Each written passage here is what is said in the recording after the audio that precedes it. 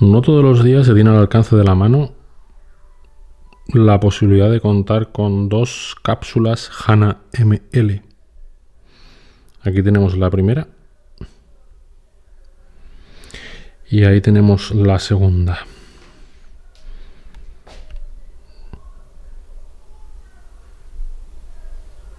Más aún, no todos los días se tiene al alcance de la mano la posibilidad de contar con 2 brazos SME5.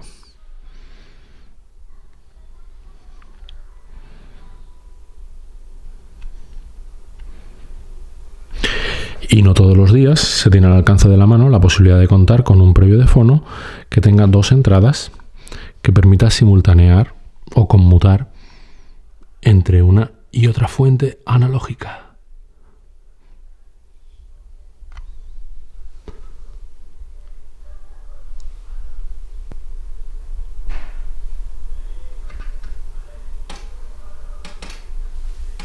Así que la comparativa está servida. Misma cápsula, mismo brazo, mismo previo de fono, lo único que cambia es el plato. Así que bienvenidos a una nueva prueba desde mi audioguarida. En este caso se enfrentan 2 concepciones analógicas, 2 soportes analógicos, 2 transportes analógicos totalmente contrapuestos. Technics 1200 contra SME15. Bueno.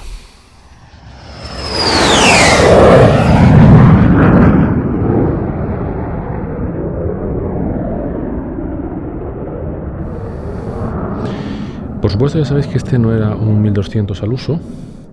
Se trata, como tantas veces he dicho, de la versión G. Technics lo ha mejorado bastante. Y además yo le he añadido el brazo. Tened en cuenta que frente a otros Technics 1200 que he tenido y que han pasado por casa, como por ejemplo el MK2, al que le introduje numerosas mejoras, en el caso de esta versión G me he limitado simplemente a cambiarle el brazo porque ya viene bastante mejorado y nada tiene que ver el 1200G o el 1200GAE, que para el caso vienen a ser lo mismo en edición limitada y en edición sin limitar. Como dije, vienen ya bastante mejorados en algunos de sus puntos más flojos, que eran fundamentalmente el eje. En este caso, el 1200G ya cuenta con un eje mejorado, trae un nuevo motor, supone una evolución frente a los tradicionales Technics 1200. Es un motor aún más silencioso, es un motor que tiene aún más estabilidad de giro, aunque la estabilidad de giro ya prácticamente residual. Era una cosa fraccionalmente aplicable en este caso de las mediciones. También tengo que añadir que a este 1200 le he añadido un plinto, aunque se trata de una cuestión puramente estética. Algunos me habéis preguntado por este plinto, lo he comprado en eBay, no tiene más complejidad. Aunque también tengo que decir que pese a que el fabricante de eBay decía que el plinto era adaptable a todos los 1200, yo he tenido que hacer un poco de bricolaje, Todas las cosas hay que decirlas. Al 1200G me ha costado un poco adaptarlo. He tenido que hacer un poco de bricolaje, pero no gran cosa, puesto que yo soy un manazas. Y lo he subido sobre una base Townsend, por aquello de aislarlo aún más. Es un plato que ya está fabulosamente aislado. Ya de por sí el 1200 es un plato bastante sólido, con esa base que tiene de compuesto gomoso, que lo hace bastante inmune a las vibraciones. Pero aún mejorado en el 1200G, yo todavía lo he subido a una base Townsend Seismic, que creo que aún mejora todavía más el sonido. Pero con todo, como digo, creo que la principal innovación o la principal variación que le he introducido ha sido el brazo, el SME5, que, todo hay que decirlo, es realmente el punto más débil de los 1200. El brazo en que, como ya sabéis, ha sido objeto de tantas críticas. Frente a él tenemos un plato que apuesta por una concepción totalmente contrapuesta. Tenemos tracción directa frente a transmisión por correa. Tenemos un plato sin suspender frente a un plato suspendido. Las 3 torretas que veis aquí. Estas torretas llevan unos anillos de goma y hacen que el subchasis en el cual se apoya el plato vaya suspendido en el aire. Son ajustables para que puedan ir niveladas y por lo demás pues también presenta una estabilidad de giro impresionante.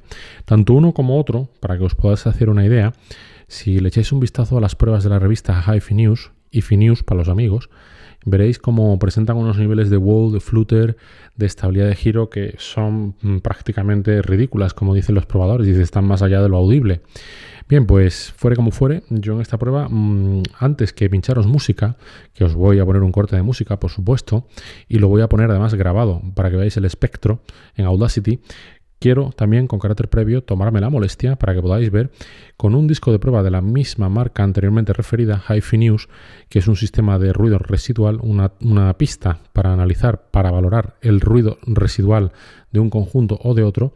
Quiero que efectivamente podáis ver hasta qué punto hay o no diferencias y se pueden ver allá hasta donde Audacity nos permite ver. Pues para empezar y para comprobar que todo esté en su sitio, vamos a hacer una grabación de un tono de 1 kHz del disco de Analog Productions, la pista 1. Es generalmente la que utilizo yo para comprobar niveles. ¿Vale? Y aquí vamos a ver su representación gráfica en Audacity.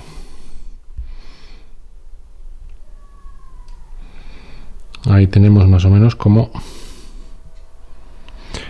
puede que haya una pequeña desviación de canal.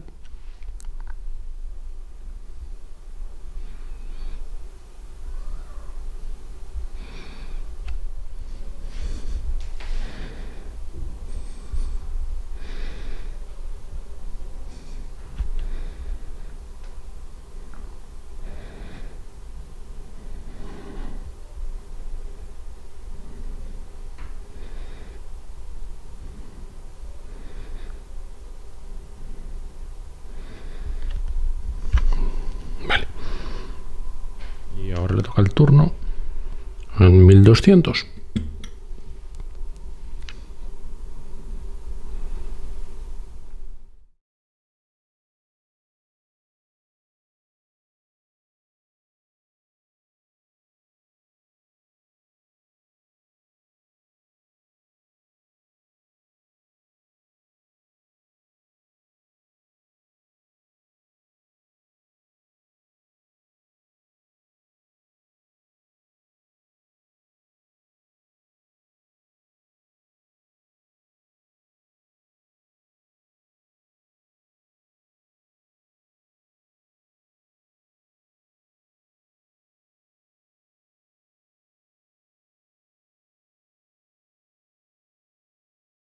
Ify News. Segunda prueba. Pista 2 del disco de Ify News.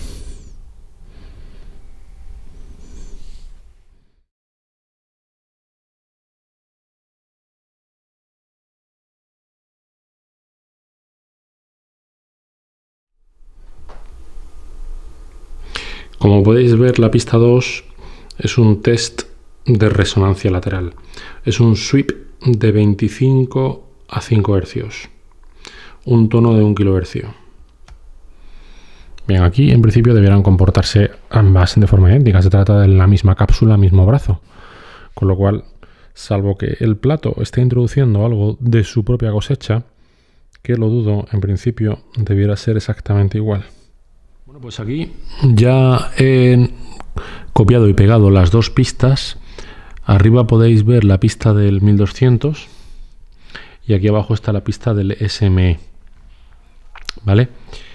Y más o menos están copiadas y pegadas y están puestas a partir del mismo punto, aunque hay una pequeña variación.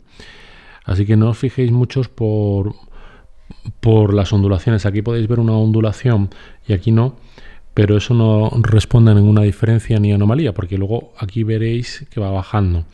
Es que como es una pista de test de resonancia lateral, tiene modulaciones y como no están perfectamente acompasadas en tiempo, veis que en uno va girando o va oscilando y en el otro no. Lo que tenéis que ver en sí es esta onda y veréis como esencialmente, si pillo un pasaje en el que no hubiese variación en ninguno de los dos canales, en ninguno de los dos brazos, vais a ver como más o menos la amplitud de la onda es la misma. Es decir, se comportan de una forma muy similar el SME y el Technics. Si avanzamos y nos vamos a la parte de ruido residual, cuando termine toda esta parte, que veis que más o menos no tiene ninguna variación, por eso corro. Aquí podéis ver la pista de ruido residual y veréis que ninguno de los dos muestra nada de ruido residual. A lo mejor si avanzamos hasta un punto que haya un clic o un pop, porque el disco ya es vejete, pues a lo mejor sí veremos algún clic. Pero veréis como no, ¿eh? Como aquí, bueno, sí, ahí veis una ligera variación, pero luego también la veremos un poco más adelante, espero, en el SME. Recordad que el SME es la pista de abajo. Estos dos canales son los del SME. Así como vemos que en el 1200 en la pista de ruido residual ahí vemos alguna pequeña oscilación, vamos a ver en la grabación que hice con el SME. Voy a recorrerla hasta el final, a ver si encuentro alguna pequeña oscilación. Aquí la veréis, ¿ves? También, pues también. Con el SME pues también tenemos alguna pequeña oscilación. Repito que no me ha sido posible copiar y pegar en tiempo real y por tanto no coinciden, ¿eh? Ruido residual del Technics 1200G, ruido residual del SME 15.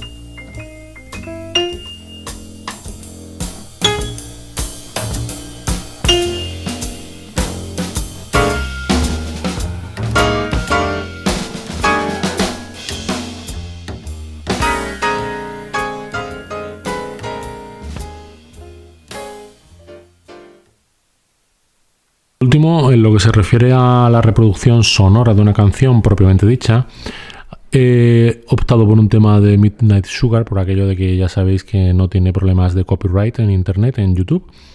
Y la verdad es que copiadas y pegadas las pistas que se han obtenido respectivamente, nuevamente en 1200 SME, se aprecia también una tremenda semejanza. A ver, esto ya está bastante ampliado, pero si queréis, bueno, pues hago un poco más de lupa para desmenuzarlo más y veréis cómo se mantiene bastante la integridad de contenido. Veis, por ejemplo, este y este, que es un fragmento equivalente, y veréis cómo más o menos se aprecia una tremenda igualdad entre esta y esta otra señal. La verdad es que cuesta distinguirlo. Ahora la cuestión es ver si desde la perspectiva sonora pues también se aprecia o no alguna diferencia. Pues voy a hacer nuevamente un par de pantallazos para que con calma, si queréis, de forma detallada, pues procedáis a comprobar también con lupa y podáis ver hasta qué punto hay diferencias reales o no hay diferencias. Lo cierto es que así, a bote pronto, como digo, yo apenas soy capaz de ver grandes diferencias. Sí es cierto que, bueno, hilando fino se puede ver quizás algún pequeño matiz. Por ejemplo, podemos ver estos piquitos de ahí, como probablemente no tenga el mismo detalle en uno que en otro. Aquí vemos como que están más confundidos, ¿no?, los dos picos, y ahí en cambio parece que tiene mayor amplitud de la señal. ¿Veis ahí esa representación gráfica frente a esta otra?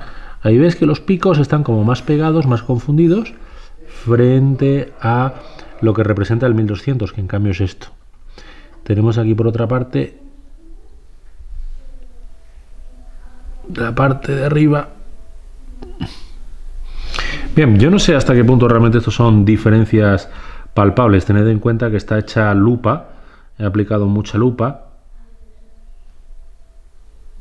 Por ejemplo, aquí también aprecio alguna diferencia, por poner un ejemplo, ¿eh? ¿Veis en esta parte de abajo, frente a esta otra? Ahí también se aprecia algún matiz, alguna diferencia. De esta. Aquí, como también la observo, ahí y ahí. Fijaos, aquí y aquí también hay diferencias.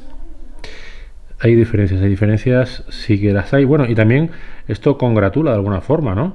Saber que haya diferencias. También parece apreciarse alguna pequeña diferencia entre esto y esto. A partir de aquí las interpretaciones son variadas. Yo no las voy a hacer. Esto quizás sea ilustrativo o no. Aquí, por ejemplo, también veo cómo hay alguna diferencia entre esta y esta otra, que serían las equivalentes. Aquí también entre esta y esta se ve alguna diferencia.